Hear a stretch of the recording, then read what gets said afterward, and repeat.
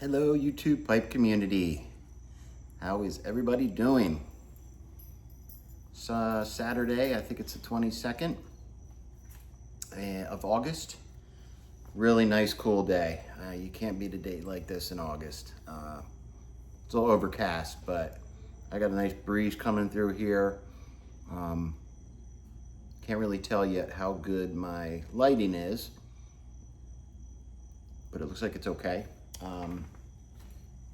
I got my new phone last weekend, got that all set up, so trying to get used to it, and this is the first time recording with it, so hopefully this improved things a little bit. But I definitely have more memory, which is the one thing I really wanted. But don't know if I said this already, but Brendan, Brandywine Valley Piper, thanks for stopping by. I wanted to do a review today and test out my new phone. So here we go. So I'm reviewing a blend I got from the Viking Piper as a gift, really a surprise. I got the bonus prize in one of his giveaways because Luna, my dog, was in the video. I don't know where she is. She's back there somewhere. She'll probably pop in this video too, but he was gonna send me something for her, and that somehow got lost in the mail, so he had to send another one. And since I had to wait, which didn't really need to send me anything else, but since I had to wait, he threw in a couple blends in there with it. Now, if you know the Viking Piper, if you don't know, definitely go check out his channel. But if you do, you know he's a aromatic lover. So he actually, one of the blends he sent me was his favorite aromatic. Casey Jones, The Last Ride.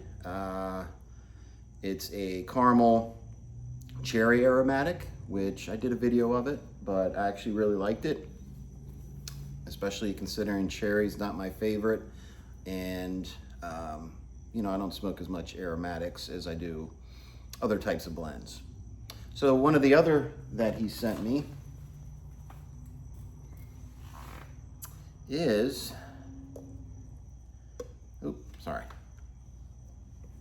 Ravenwood's Brandywine Bridge. And of course he sent this to me. I'm the Brandywine Valley Piper, and he's like, this is perfect for you, Brandywine Bridge. It's got really cool artwork on there. And this is also an aromatic. It's got a nice description on the back, which I'll read here in a second.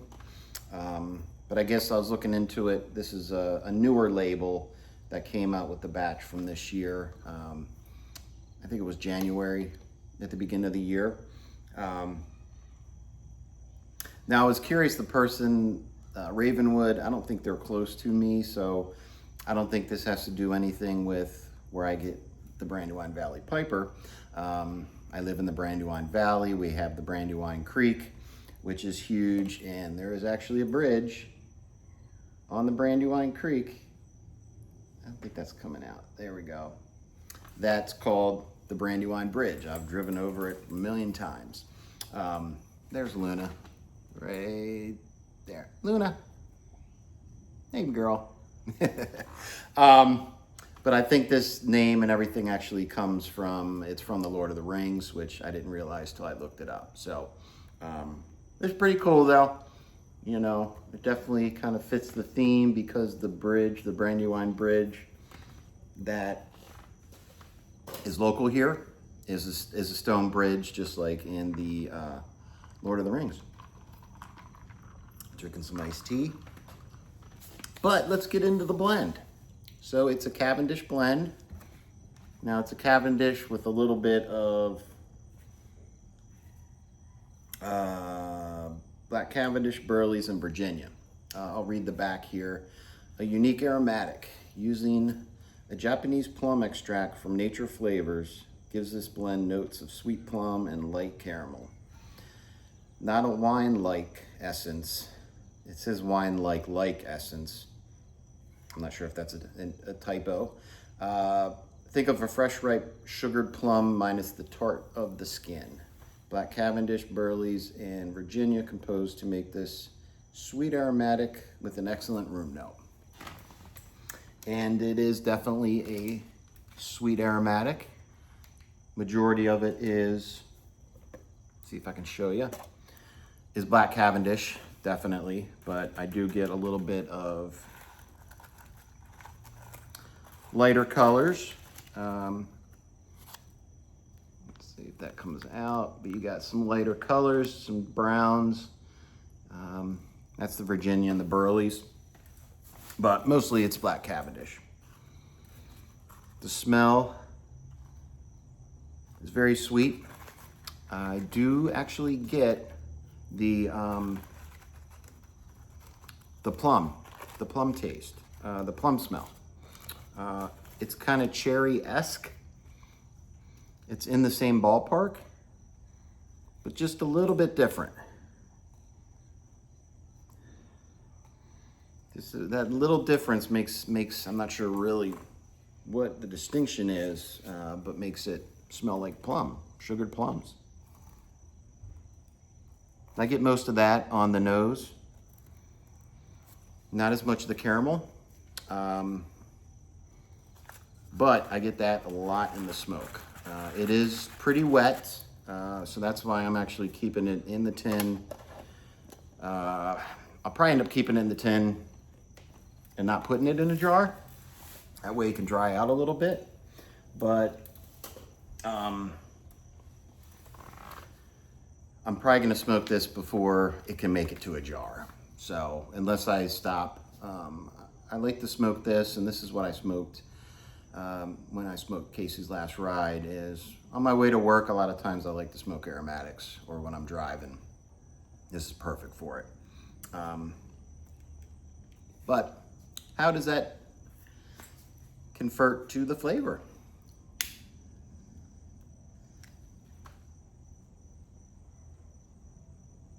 So I'm trying to dry it out as much as possible. And then when I take it to work, I put it in a little tiny silver travel jar, which doesn't really hold out that much air. So that helps dry it out a little bit. And usually in the morning, I'll come down, get my coffee, go get ready for work, take my shower and everything, and I'll leave that jar open until I leave. Helps dry it out a little bit. Another thing I did actually with the last round that I put in is I added a little bit of Five Brothers, give it a little bit more burley, which was nice. I think that helped also dry it out a little bit, so it wasn't as goopy. It is a little bit goopy, but it still tastes good.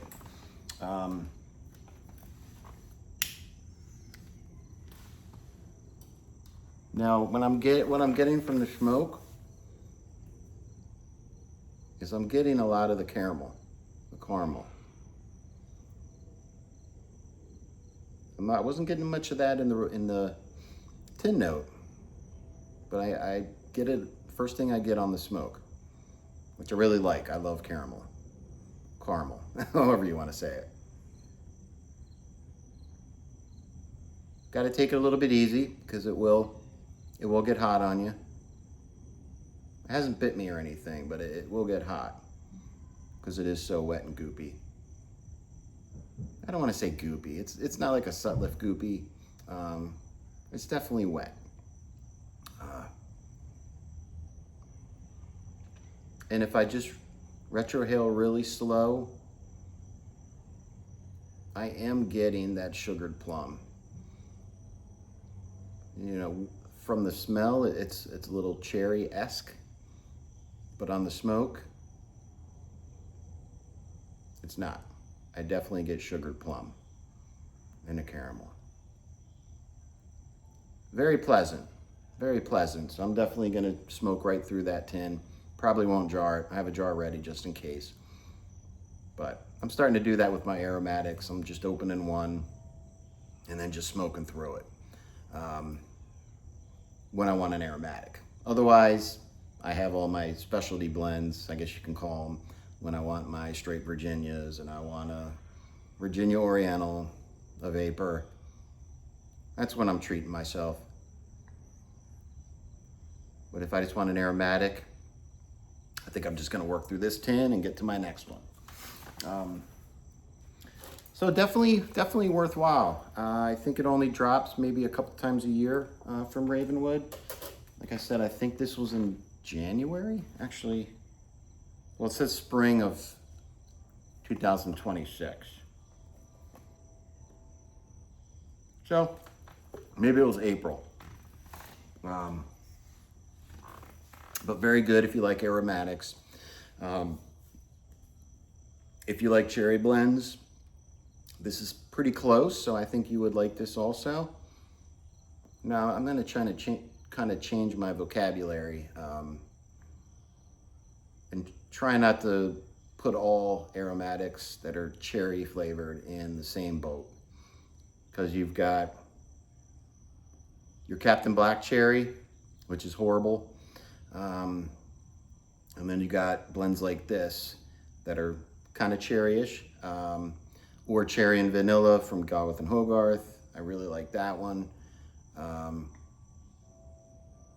What's the other one? Last Ride, Casey Jones' Last Ride. You know, they've really kind of changed my opinion of the cherry blends because Captain Black almost ruined me from them. But I'm starting to find a couple that I actually enjoy. So that's really nice. And this is pretty similar to the other ones I liked.